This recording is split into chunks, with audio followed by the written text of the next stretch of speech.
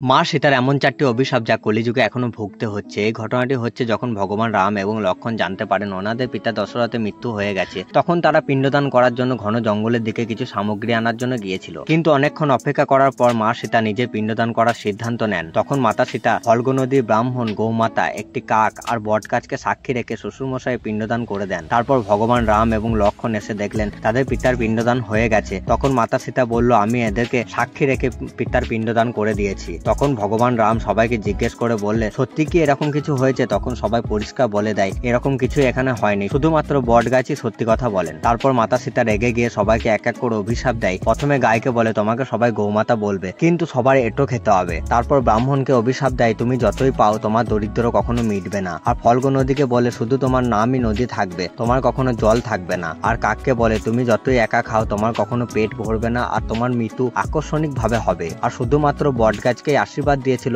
অনন্তকাল ধরে তুমি শীতলতা প্রদান করবে এবং মানুষের কাছে ভালোবাসা অর্জন করবে। জয় শ্রীরাম।